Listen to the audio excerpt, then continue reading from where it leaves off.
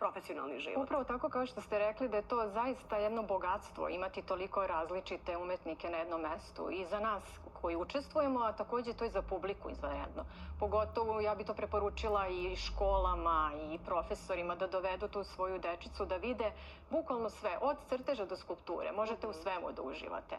A mi umetnici zajedno sarađujemo, dopunjujemo se, tu se rode evo i prelepe neke prijateljstva, saradnje, međusobne neke inspiracije i to samo može da rezultira jednom lepotom. Tako da to što Ana radi je zaista vrlo značajno i za ovaj moment sad u kom živimo, a verujem da na neki način ona piše neku modernu istoriju jer okuplja sve ono najznačajnije i najlepše što se dešava trenutno na našoj sceni. I afirmiše čak umetnike koji su na nekim svojim počecima.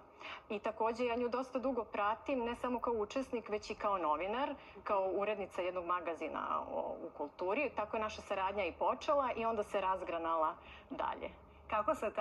Kako ste rekli, istorija neka moderna umetnošću piše danas?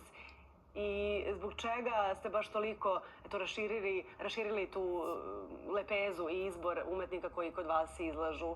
Kakav je to sudar svetova? Pa ja moram da kažem da ovo je isto meni jako važno da u martu moje udruženje Kreativna fabrika koji jeste organizator ovog događaja puni 14 godina i da smo pre 14 godina mi ovu priču započeli iz jednog razloga što smo kao studenti prve, druge, treće godine nismo imali baš mogućnosti da izlažemo i da pokažemo šta mi to znamo, pošto postoje različita ograničenja po pitanju propozicija različitih konkursa i uglavnom studenti početnih godina fakulteta nemaju tu mogućnost.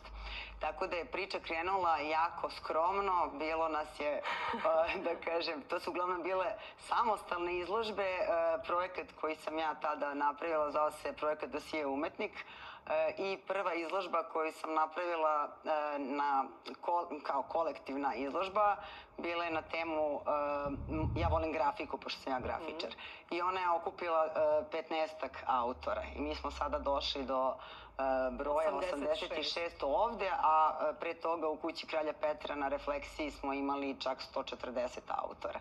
Tako da mislim da je jako važno, pogotovo za mlade autore, da pokažu šta znaju i da se predstave svojim radom, da te neke prve korake da se ohrabre i jako je dragoceno za njih i to što na tim izložbama učestvuju i profesori umetničkih fakulteta, tako bih spomenula da i na ovoj izložbi učestvuje profesor Jugoslav Vlahović, Branislav Karanović, Željka Momirov, to su već velika imena priznata u svetu umetnosti, tako da je to vrlo dragoceno za mlade ljude i što se tiče razmene nekih iskustava i podrške u svakom smislu. Ana kaže, bila je potrebna